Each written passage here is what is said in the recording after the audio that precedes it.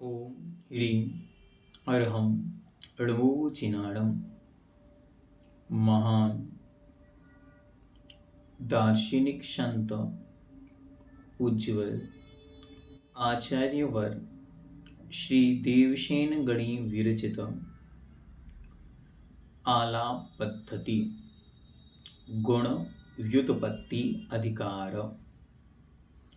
गुण के व्युत्पत्ति अर्थात विशिष्ट उत्पत्ति अथवा व्याकरण के अनुसार उसकी उत्पत्ति को बतलाने वाला चैप्टर।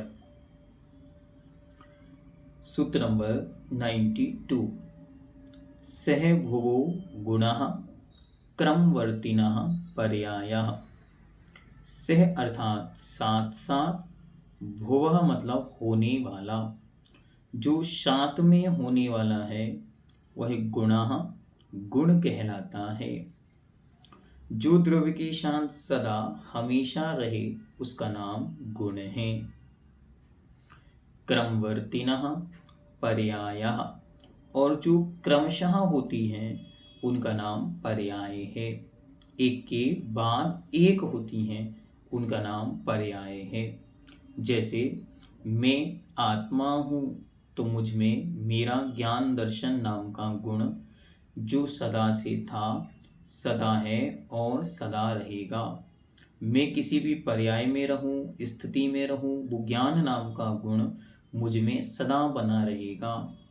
लेकिन मेरी पर्यायें, अवस्थाएं निरंतर बदलती रहती हैं।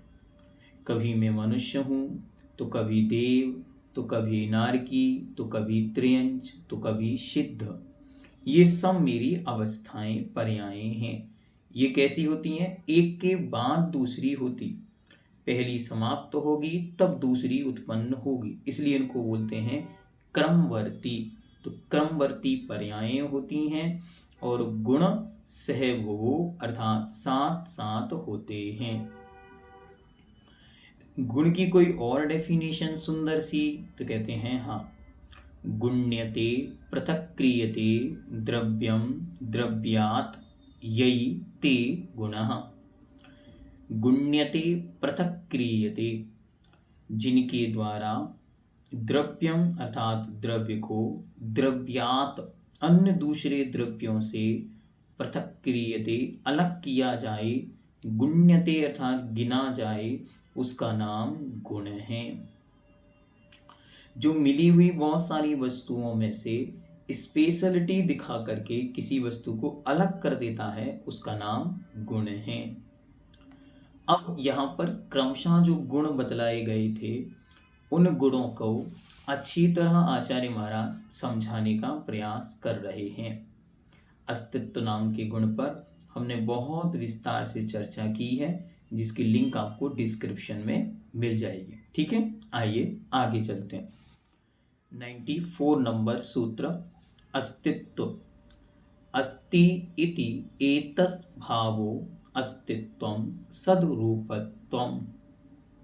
अस्ति, अस्ति मतलब है, प्रेजेंस मौजूदगी, इसके भाव को अर्थात सतरूपपने को अस्तित्व कहते हैं।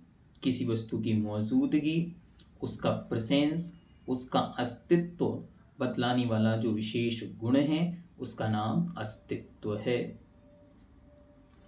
94 नंबर। अब वस्तुत्व, वस्तुत्व क्या है?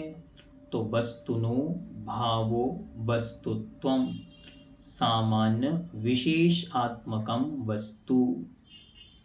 वस्तुनो भावो वस्तुत्वम, वस्तु के भाव का नाम वस्तुत्व है। और वह वस्तु कैसी है? तो सामान्य विशेष आत्मकम वस्तु, सामान्य और विशेष आत्मक वस्तु होती है। और उस वस्तु का जो भाव है, एसेंस है, सार है, उसका नाम वस्तुत्व है। वस्तु का अपना जो भाव है वह वस्तुत्व गुण कहलाता है। अथवा जिस शक्ति के निमित्त से वस्तु में कोई ना कोई अर्थ क्रिया होती है, उपयोगिता होती है, जिसके कारण वह वस्तु किसी रूप में कार्यकारी होती है, उसको कहते हैं वस्तुत्व। जैसे घड़े की अर्थ क्रिया जल धारण करना है, ऐसे ही प्रत्येक वस्तु के पास अपनी अपनी कुछ सामान्य और कुछ विशेष योग्यताएं, विशेष कार्य क्षमताएं होती हैं, जिसके कारण हमें ये पता चलता है कि प्रत्येक वस्तु कैसी है। प्रत्येक वस्तु कार्यकारी है, प्रयोजनभूत है, उसका अपना अपना कोई ना कोई यूज है। यूजलेस यहाँ कुछ भी नहीं है। तो प्रत्येक द्रव्य अपनी अपनी प्रयोजनभूत क्रियाएं करता है, इसलिए कोई भी निरर्थक वेस्ट नहीं है।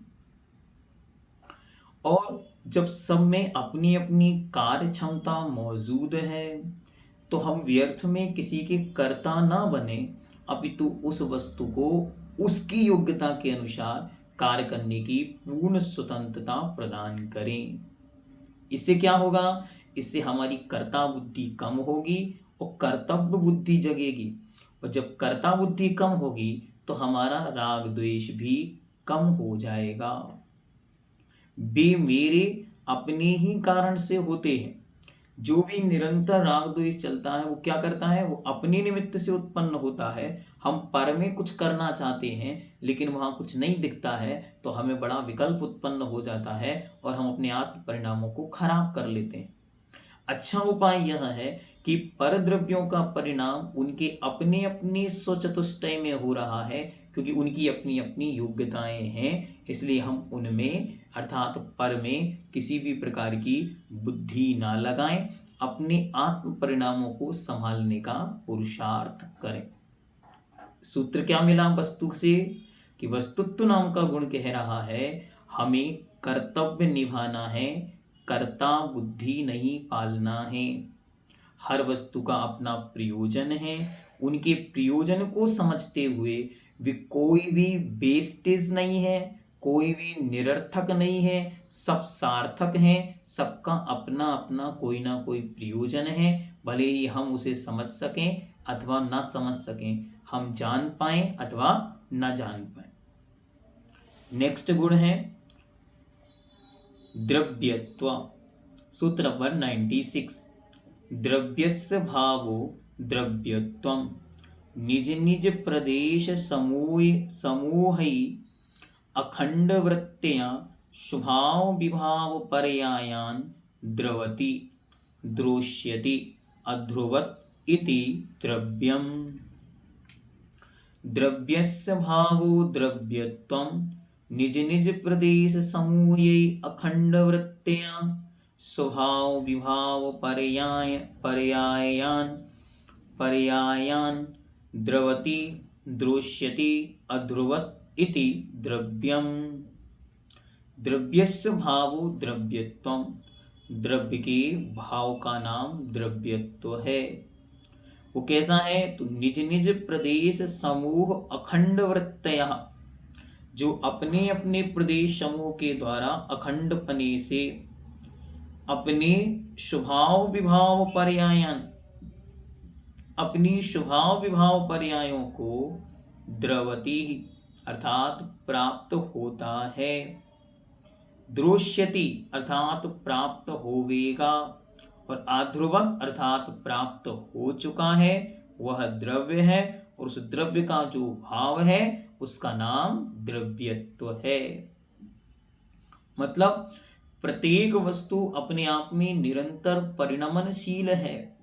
वह अपनी स्वयं की स्वभाव में और अपने स्वभाव के साथ जुड़े हुए कर्म आदि के निमित्त से विभाव रूप परिणमित होती है, चेंज होती है और बदलती रहती है। विपर्यायें अवस्थाएं निरंतर बदलते हुए भी द्रव्य हमेशा सदा बना रहता है, कभी भी अंत को प्राप्त नहीं होता, नाश को प्राप्त नहीं होता। जिस शक्ति के निमित्त से द्रव्य अपने स्वभाव व विभाव रूप पर्यायों को प्राप्त होता है, होवेगा और हो चुका है, वह द्रव्यत्व गुण है। जिस शक्ति के निमित्त से द्रव्यता कायम रहकर पर्यायें निरंतर बदलती रहती हैं। मनुष्य त्र्यंच, देव, नारकी आदि अवस्थाओं में जाता हुआ भी जीव अपने स्वभाव में था, है और रहेगा। निरंतर परिणमनशील होते हुए भी कभी भी वह उन रूप नहीं होता और कभी भी अपनी शाश्वत सत्ता, अपने अस्तित्व को खत्म नहीं करता, अपने अस्तित्व का नाश नहीं होता। जीव की पर्याय शरीर के कारण है, कर्म के कारण है, ईश्वर के कारण है, अन्य जीवों के कारण है, उद्गलों के कारण नहीं पलट रही, अपितु द्रव्यत्व गुण के कारण बदल रही है। किसी और निमित्तों पर हम बार बार फोकस करके ये कहें कि ये बदला रहे हैं, ये कर रहे हैं, इनके माध्यम से हो रहा है, नहीं, ये सब मेरे स्वयं की आत्मशक्ति के बल से परिणमित हो रहा है। बस अंतर इतना है कि जहां कोई विभाव रूप कर्म बैठा है तो कर्म से परिणमित हो रही है, और जहां स्वभाव रूप में सिद्धात्मा बैठी है वहां उनके स्वभाव में परिणमित हो रहा है। एकांत से पर के कर्तापन की मिथ्या मान्यता भी समाप्त हो जाती है। हमने उन्हें इस रूप में बनाया। वे कहेंगे द्रव्य कि अगर मुझ में बदलने की शक्ति ना होती तो आप क्या कर लेते? आप कुछ नहीं कर सकते थे। जो हुआ है वह मेरे स्वयं के द्रव्यत्व शक्ति के कारण परिणमित हुआ है। पर्यायों के नाश अथवा उत्पाद से मैं सुखी दुखी होकर आकुलित होता था, यह आकुलता समाप्त होती है। क्यों? क्योंकि अच्छी तरह पंडित जी साहब ने पंक्ति लिखी। क्या लिखा? कि ये पर्यायें कैसी हैं? तो उपजें विनसें थिर नाही, ये उत्पन्न होती हैं, नष्ट होती हैं, ये स्थिर नहीं हैं, इसलिए आकुलता का वहां कोई स्थान ही नहीं है। जीवन, मरण, संयोग, वियोग आदि जन्य जितनी भी आकुलताएं हैं, ये सब कुछ पर्याय बुद्धि है, पर्याय दृष्टि है, पर्याय से परिणमित हो रही हैं। मुझ द्रव्य में कोई भी बदलाव नहीं होगा। मतलब मैं द्रव्य कभी भी जीव से अजीव नहीं हो जाऊंगा, बल्कि मैं जीव था, जीव हूं और जीव ही सदा रहूंगा। 97 नंबर। सद्द्रव्य लक्षणम। सद इति स्वकीयान गुणपर्यायान व्यापनोति इति सत्। उत्पाद व्यय धौव्य युक्तम सत्। सत क्या है? तो कह रहे हैं सद्द्रव्य का लक्षण है। वह सत कैसा है? स्वकीयान अर्थात अपने, गुणपर्यायान अर्थात गुण पर्यायों को, व्यापनोति अर्थात व्याप्त होने वाला है, उसका नाम सत है। तथा उत्पाद व्यय धौव्य युक्तम सत, जिसमें निरंतर उत्पाद व्यय और धौव्य हो रहा है, उसका नाम सत है। और वह सत ही द्रव्य का लक्षण है। प्रत्येक द्रव्य में अपने अपने गुणों में और अपनी अपनी पर्यायों में निरंतर वह परिणमनशील है, बदल रहा है, चेंजेस हो रहे हैं। 98 नंबर सूत्र। अब अगला गुण प्रमेय। प्रमेय के विषय में क्या कहते हैं? प्रमेय क्या है? प्रमेयस्य भावः प्रमेयत्वं प्रमाणेन स्वपर रूपं परिच्छेद्यं प्रमेयम्। प्रमेयस्य भावः प्रमेयत्वं प्रमाणेन स्वपर रूपं परिच्छेद्यं प्रमेयम्। प्रमेय के भाव का नाम प्रमेयत्व है। अब प्रमेय क्या है? तो कह रहे हैं प्रमाणेन स्वपर रूपम, अर्थात प्रमाण के द्वारा, स्वपर अर्थात अपने और पर दूसरों को जो जानने के योग्य हो, उसका नाम प्रमेय है। तो प्रमाण अर्थात ज्ञान, ज्ञान के द्वारा जानने के योग्य जो स्वपर स्वरूप है वह प्रमेय है। प्रमेय मतलब वस्तु। हर वस्तु का अपना एक गुण, ऐसी एक शक्ति उसके अंदर है जिसके कारण वह किसी के जानने में आता है। प्रमेय का अर्थ है जो ज्ञान का विषय है वो सब प्रमेय है, और उस प्रमेय का जो भाव है उसका नाम प्रमेयत्व है।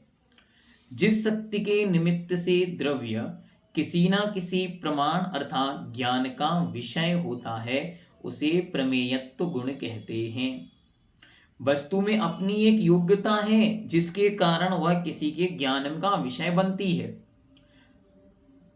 अथवा प्रत्येक द्रव्य में ऐसी शक्ति है जिसके कारण वह किसी ना किसी ज्ञान में झलकता है, किसी ना किसी के ज्ञान का विषय बनता है। ये उनकी अपनी निजी शक्ति है जिसे कहते हैं जनाने की योग्यता। आप में जानने की योग्यता है ज्ञान नाम के गुण से, ऐसी प्रत्येक वस्तु में जनाने की योग्यता है प्रमेयत्व नाम की शक्ति, प्रमेयत्व नाम के गुण के कारण वह आपके ज्ञान का विषय बनती है, बन रही है। इसके द्वारा क्या होता? इसके द्वारा सर्वज्ञता की सिद्धि होती है। हाँ, प्रमेयत्व नाम का गुण कह रहा है कि प्रत्येक वस्तु में जनाने की शक्ति है, तो तीन लोक का हर एक एक परमाणु किसी ना किसी ज्ञान का विषय तो बनता ही है, और जिनके ज्ञान का विषय बन रहा है वे सर्वज्ञ हैं, क्योंकि सर्वम जानाति इति सर्वज्ञ, जो सब कुछ जानने वाले हैं उनका नाम सर्वज्ञ है। विश्व में रहने वाले सभी पदार्थ किसी ना किसी ज्ञान के विषय हैं, वे किसी ना किसी ज्ञान में अवश्य झलकते हैं। हमारा प्रत्येक कार्य और परिणाम सर्वज्ञ के ज्ञान में झलक रहे हैं, यह बात ज्ञात होती है तो क्या होगा? धीरे धीरे हमारी प्रवृत्ति पाप से दूर हटेगी। जब आपको पता चल जाए, क्या मुस्कुराइए, आप सीसीटीवी की कवरेज में हैं, तो क्या होगा? अपने आप ही अपनी एक्शंस एकदम सुव्यवस्थित हो जाते हैं।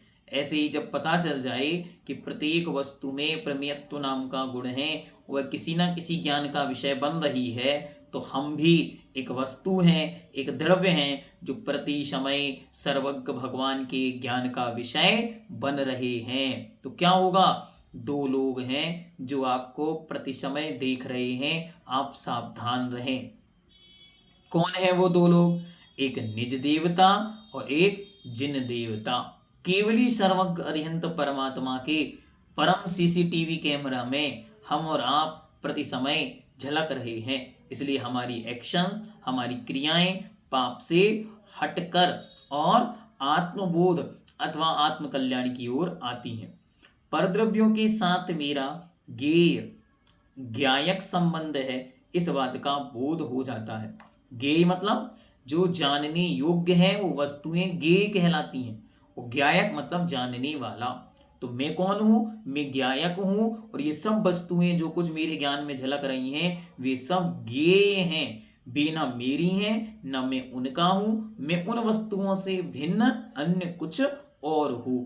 इसलिए ये प्रमेयत्व नाम की शक्ति सब में अपनी एक विशेष योग्यता जो दूसरों के ज्ञान का विषय बन पाती है, बन सकती है।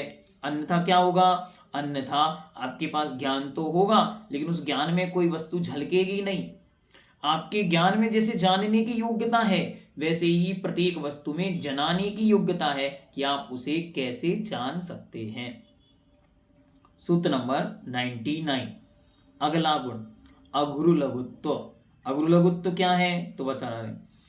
अगुरु लघु भावो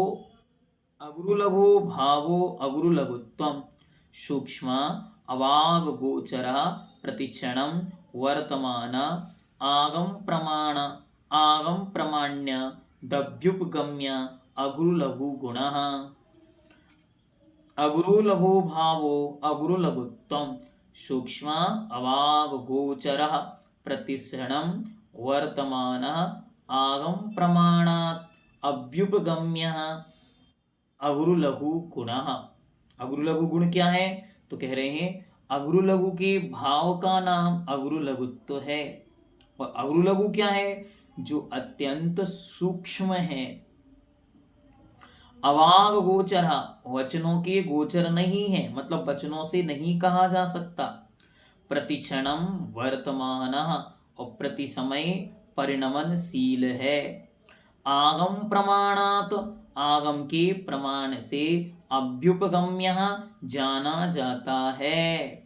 वह अन्य रूप में नहीं, आप किसी आंख से उसको नहीं देख सकते। क्यों? क्योंकि वो प्रति समय परिणमनशील है, अत्यंत सूक्ष्म है और वचनों का विषय नहीं है। ऐसा वह अगुरु लघु नाम का गुण है।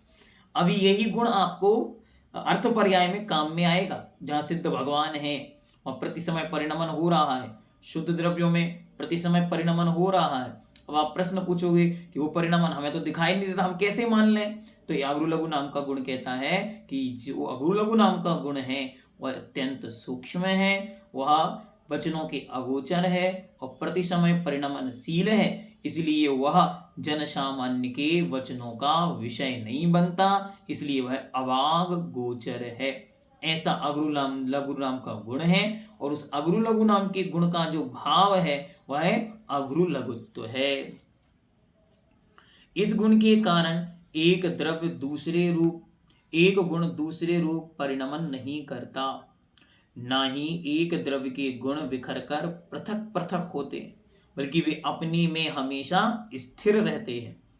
वस्तु स्वभाव का एवं वस्तु स्वतंत्रता की सिद्धि होती है कि प्रत्येक वस्तु अपने में स्वतंत्र है और अपने में स्वयं परिणमनशील है, उसे अन्य किसी के सहारे की भी आवश्यकता नहीं पड़ेगी, वह बिना उसके भी अपने में परिणमनशील रह सकती है, परिणमित होती है। एक द्रव्य दूसरे द्रव्य का कर्ता एकांत से नहीं है, इस जैन सिद्धांत की सिद्धि इसी के माध्यम से होती है। यद्यपि प्रत्येक द्रव्य प्रत्येक पर द्रव्य के अधीन ही है, उसके बिना रह नहीं सकता, लेकिन वह अपने में पूर्ण रूप से स्वाधीन है। जैसे हम जीव आत्मा हैं, हम कहाँ रहेंगे? पुद्गल के अधीन। ये पुद्गल देह, हम रहेंगे कहाँ? आकाश द्रव्य में। हम चलेंगे आकाश द्रव्य में, चलेंगे तो सहारा किसका? धर्म द्रव्य का, ठहरेंगे तो अधर्म द्रव्य का। हमारा परिणमन काल के संयोग से होगा। इन सब का संयोग होते हुए भी, पराधीनता होते हुए भी मैं द्रव्य दृष्टि से निश्चयतः अपने में पूर्ण स्वतंत्र हूं, क्योंकि जो कुछ परिणमन हो रहा है वो मेरे द्रव्यत्व नाम के गुण से हो रहा है, और जो परिणमन में हो रहा है वह सब मेरा अगरु लघु नाम का गुण है। इस प्रकार से इस जैन सिद्धांत की सिद्धि होती है। अनंत द्रव्यों की सत्ता एवं संख्या कायम रहती है, कोई भी किसी में प्रवेश नहीं करता, सब स्वतंत्र स्वतंत्र अनादि से हैं, अनंत हैं और अनंत कालों तक बने रहेंगे। न कभी कोई किसी में प्रवेश करेगा और न ही कभी उनका अंत होगा। जीव द्रव्य और शरीर रूप पुद्गल द्रव्य एकमेक होने पर भी दोनों स्वतंत्र स्वतंत्र हैं, इस बात का बोध होता है। बार बार चिंतन करो, मैं कहाँ हूं? मैं इस देह में हूं, लेकिन मैं देह नहीं हूं। मैं परिवार में हूं, लेकिन मैं परिवार नहीं हूं। मैं शरीर में होता हुआ भी इस शरीर रूप नहीं हूं। शरीर अपने में स्वतंत्र है और मैं आत्मा अपने में स्वतंत्र हूं। अगला 100 नंबर सूत्र नंबर 100। प्रदेशस्य भावः प्रदेशत्वं क्षेत्रत्वं अविभागी पुद्गल परमाणुना वट्टत्वं। प्रदेशस्य भावः प्रदेशत्वं, प्रदेश के भाव का नाम प्रदेशत्व है, जिसे क्षेत्रत्व भी कहते हैं। और प्रदेश किसे कहते हैं? तो अविभागी पुद्गल परमाणुना वट्टत्वं, जो एक अविभागी जिसका कोई दूसरा टुकड़ा नहीं होता, इतने छोटे परमाणु के द्वारा जिस क्षेत्र को कवर किया जाए, जिस एरिया को कवर किया जाए, उसका नाम प्रदेश है और उसके भाव का नाम प्रदेशत्व है। जिस शक्ति के निमित्त से द्रव्य अपने कोई ना कोई क्षेत्र को प्राप्त होता है उसे प्रदेशत्व कहते हैं। अविभागी अर्थात जिसका कोई दूसरा टुकड़ा नहीं होता, ऐसे पुद्गल परमाणु के द्वारा व्याप्त घेरे गए क्षेत्र को प्रदेश कहते हैं। इससे क्या होता? इससे आपको टेंशन फ्री हो जाएंगे। मुंबई में हमारा घर है, हाँ ठीक है, लेकिन लोक में कहीं ना कहीं किसी ना किसी प्रदेश पर हमारा निवास स्थान बना ही रहेगा, क्योंकि हम जीव नाम के द्रव्य हैं, तो किसी ना किसी प्रदेश पर हमारे ठहरने का स्थान बना ही रहेगा। वो कोई हमसे छीन नहीं सकता। बाहर वाला छीन सकता है, वह हमेशा बना रहता है। प्रत्येक द्रव्य का आकार अपने प्रदेशत्व गुण से होता है। कोई भी ईश्वर या पर द्रव्य उस आकार का कर्ता नहीं है। जो जिस आकार में बना हुआ है वह उसके स्वयं के प्रदेशत्व नाम के गुण ने उसे उस आकार में ढाला है। प्राप्त शरीर के आकार के कारण अपने को हीन या अधिक श्रेष्ठ मानना ठीक नहीं है। जिसका जो आकार है वो नाम कर्म के अधीन है और प्रदेशत्व नाम की शक्ति के अधीन है। जीव द्रव्य के आकार में संकोच विस्तार होने पर भी उसके असंख्यात प्रदेश एज इट इज बने रहते हैं, बिखरते, टूटते या कंबड़ नहीं होते। जीव द्रव्य के आकार पर उनके अन्य गुणों का कार्य आश्रित नहीं है। आकार अलग है और उनमें रहने वाली शक्तियां अलग हैं।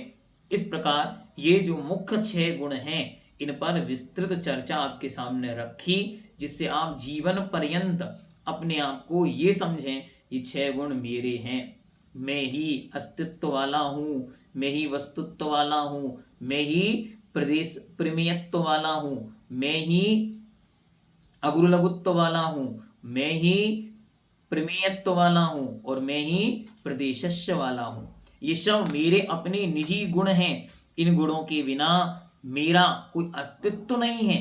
इसलिए ये गुण सदा सदा मुझ में विद्यमान थे, हैं और रहेंगे। इसके अलावा और क्या है, तो 4 गुण और हैं, उनको भी सामान्य से बताते। सूत्र नंबर 101, चेतनस्य भावः चेतनत्वं चैतन्यम अनुभवनम। चैतन्य, चेतन के भाव का नाम चैतन्य है और पदार्थ के अनुभव को चेतनत्व कहते हैं। जो संवेदना है, जहाँ अनुभूति है, जहाँ अनुभव होता है कि मैं हूं, इसका नाम ही क्या है, इसका नाम ही है चैतन्य। और जहाँ अनुभूति नहीं है, जहाँ सेंस नहीं है, वहां किसी भी रूप में चैतन्यपना नहीं पाया जाता। इसलिए मैं जीव द्रव्य अकेला चेतन है और इससे भिन्न सब अचेतन है। अचेतनस्य भावो अचेतनत्वम अचैतन्यम अनुभवनम। और क्या कह रहे हैं कि अचेतन के भाव को अर्थात पदार्थ के अनुभवन को, जिसमें अनुभूति नहीं है, उसका नाम अचेतनत्व है। अब मूर्तत्व क्या है, तो कह रहे हैं मूर्तस्य भावो मूर्तत्वम रूपादि मत्तत्वम। मूर्त के भाव को, मूर्त क्या है, जिसमें स्पर्श रस गंध वर्ण पाया जाए, वो मूर्त है। उस मूर्तपने का जो भाव है उसका नाम मूर्तत्व है। तो यहाँ जो कुछ भी मेरी आंखों का, मेरे कर्ण का, मेरी सुगंध का, मेरे चखने का विषय बन पा रहा है, मेरे स्पर्श का, वो सब कुछ मूर्त है। और इससे जो विपरीत है वो कैसा है, अमूर्तस्य भावो अमूर्तत्वम रूपादि रहितत्वम। और जो अमूर्त है अर्थात जिसमें स्पर्श रस गंध वर्ण नहीं पाई जाती, वह अमूर्त है। उस अमूर्तपने के भाव का नाम अमूर्तत्व है। इति गुण व्युत्पत्ति अधिकारः। इस प्रकार यह गुणों की व्युत्पत्ति आपके सामने आचार्य भगवान देवशयन स्वामी ने रखी। अच्छी तरह ये ध्यान रखना, जिस भी शब्द के साथ त्वा प्रत्यय लगेगा आदता और वा, उसका अर्थ हो जाएगा उसका भाव, उसका पना, उसका सेंस, उसका एसेंस, उसका सार। जिस शब्द के साथ ये त्वा लगा वह उसका सार बतलाने के लिए लगा। अस्तित्व के साथ लगेगा तो अस्ति मतलब है, प्रेजेंस, सत्ता का जो भाव है वो अस्तित्व है। ऐसे प्रत्येक गुण को आप सामने रखो, उनकी सामान्य डेफिनेशन लिखो और फिर उन गुणों को उसमें घटित कर दो। पहला अस्तित्व, तो अस्ति मतलब है, प्रेजेंस, सत्ता, उसके भाव का नाम अस्तित्व। वस्तु, सामान्य विशेषात्मक वस्तु, अर्थ क्रिया कारुत्व, प्रत्येक द्रव्य की अपनी योग्यता, उसके भाव का नाम वस्तुत्व। द्रव्य अर्थात द्रव्यत्वपना, जो उसमें पर्याय रूप परिणमन हो रहा है उसका नाम द्रव्य है और उसके भाव का नाम द्रव्यत्वपना। और इसके बाद कह रहे हैं आगे प्रमेय। प्रमेय मतलब जो किसी ज्ञान का विषय है वो प्रमेय है और उसके भाव का नाम प्रमेयत्व। अगुरु लघु जो अत्यंत सूक्ष्म है, अवाग गोचर है, प्रति समय परिणमनशील है, उस गुण का नाम अगुरु लघु गुण है और उसका जो भाव है वो अगुरु लघुत्व है। और प्रदेशस्य जो सबसे छोटा अणु जितनी एरिया को घेरता है उसका नाम प्रदेश है और उसके भाव का नाम प्रदेशत्व है। चेतन अनुभवन जो है, संवेदना जो है, उसका नाम चेतन है और उसका भाव चेतनत्व है। उससे विपरीत जो है वो अचेतनत्व है, जिसमें स्पर्श रस गंध वर्ण पाया जाता है वो मूर्त है और उस मूर्त के भाव का नाम अमूर्तत्व है। और उससे विपरीत जिसमें स्पर्श रस गंध वर्ण नहीं पाया जाता उसका नाम अमूर्तत्व है। इस प्रकार यह आपका गुण व्युत्पत्ति अधिकार पूर्ण हुआ। पहले हमने गुण जाने और फिर उन गुणों की विशिष्ट उपलब्धि, विशिष्ट उत्पत्ति अथवा व्याकरण के अनुसार कैसे उत्पत्ति होती है, उनके विशेष गुणों के साथ यहाँ एक सामान्य चिंतन मिला। अगर आप लोगों का नियोग रहा और भावना रही तो जिस प्रकार अस्तित्व गुण पर विशेष व्याख्यान हुआ, ऐसा प्रत्येक गुण पर आपको व्याख्यान सुनने मिल सकता है। तो अगर आपकी आवश्यकता हो तो कमेंट में हमको अवश्य सूचित करें। जैनम जयतु शासनम।